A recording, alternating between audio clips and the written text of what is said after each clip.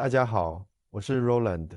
网上有不少人骂新加坡填海，他们说新加坡这是在跟大自然硬拼，是过度开发，是浪费钱，甚至有人嘲讽新加坡迟早会沉进海里。今天我们想讲清楚一件事：新加坡填海并不只是一个工程问题，它背后其实是一场关乎国家生存的选择。这不是为了多盖几栋房子，而是一次气候危机逼着一个国家重新决定自己还能不能存在下去。接下来，让我们一起来看看新加坡填海背后真正的逻辑。你可能觉得气候变化离我们还很远，但问题是，新加坡是最早感受到压力的国家之一。一些官方预测已经很清楚了，在未来几十年到100年内，全球海平面上升大约在0.23米到1.15米之间，这已经是偏保守的估计。如果时间拉长到2150年，在高排放情景下，海平面上升可能接近2米。但真正让人不安的不是某一个数字，而是叠加效应。当海平面上升，再加上风暴潮，再叠加天文大潮，局部海水高度可能达到4到5米，而这对新加坡来说不是新闻，而是已经写进规划前提的现实。接下来问题变得更严重，新加坡大约30%的国土面积，海拔低于5米，这30%不是荒地。这里包括了什么？滨海湾，国家的金融与商业核心；樟宜机场，新加坡对外连接的生命线；玉郎工业岛，能源与重工业中心；还有港口、能源设施、关键基础建设。换句话说，如果这些区域在未来几十年被海水威胁，消失的不是土地，而是新加坡赖以生存的支柱。那问题来了，新加坡有没有办法承受这种风险？面对这些判断，新加坡做出的结论其实非常冷静，不能等，也等不起。新加坡政府在国会和预算文件中反复提到同一件事，这不是几个海堤、几个排水系统的问题，而是一整套跨越50到100年的国家工程体系。整个沿海防护的潜在总成本可能高达1000亿新币级别，这是要几代人一起完成的工程。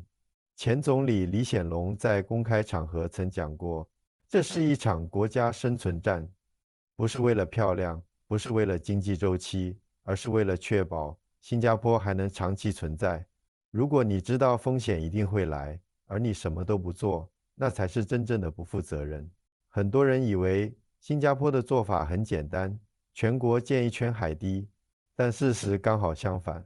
新加坡采取的是一种极度精细化的方式，政府没有宣布全国统一方案，而是先做一件事，把整个国家的海岸线一段一段拆开研究。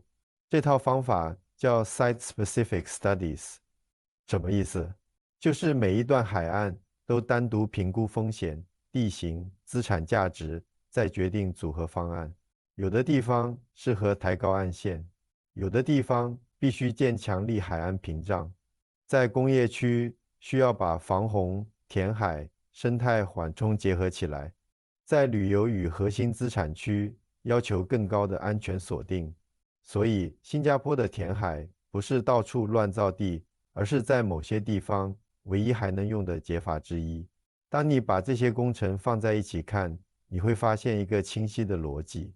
新加坡的目标不是单纯防灾，而是同时做到3件事：防海水上升，创造可控的新土地，并为未来城市结构预留空间。这是一种防灾、造地、未来发展的3合1模式。以 Pulau Tekong 为例子来说，Pulau Tekong 是新加坡第一个明确把填海定义为气候适应工程的项目。它采用的是欧洲式 POD 模式，外围是海堤，内部是低于海平面的新土地，通过排水系统维持安全。新增土地大约800公顷，但这片土地不是用来卖的，它的核心用途是军事和国家安全。这意味着填海在这里不是经济行为，而是生存和战略选择。再来讲讲 Marina Barrage， 在滨海湾逻辑完全不同。这里是新加坡最重要的资产区，政府的态度只有一句话：这里不能出事。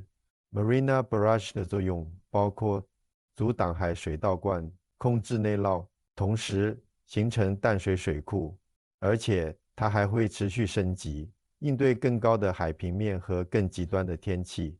这传递了一个非常清楚的信号：核心资产区必须被长期锁定安全。Pulau Tekong 和 Marina Barrage 不是孤立案例，它们是样板。在东部，新加坡已经规划了 Long Island 的项目，预计新增土地约800公顷，但官方从一开始就说得很清楚，这不是单纯的新区，它是防灾平台，是排水系统，也是未来城市结构的一部分。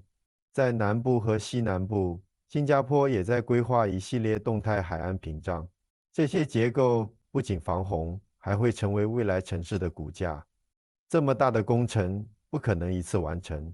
新加坡的策略是分阶段推进，短期已经设立海岸与洪水保护基金，总额100亿新币，用于技术研究和基础能力建设。中期2030年代开始，分区工程将陆续启动。长期2050年之后，根据真实海平面变化，继续加高、扩展、防御。这是一个需要几代人接力的工程。当你把这些事情连在一起，你会发现一件事：气候变化已经不只是环境问题。在新加坡，它正在决定哪里还能住人，哪些资产值得长期投入，国家资源如何重新分配。新加坡没有选择等待，它选择用一种极其理性的方式，在危机中重塑自己。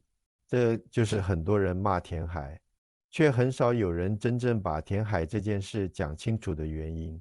所以现在，我想把问题留给你：如果你站在国家的角度，面对这样确定会到来的风险，你会选择什么？欢迎在评论区告诉我你的看法。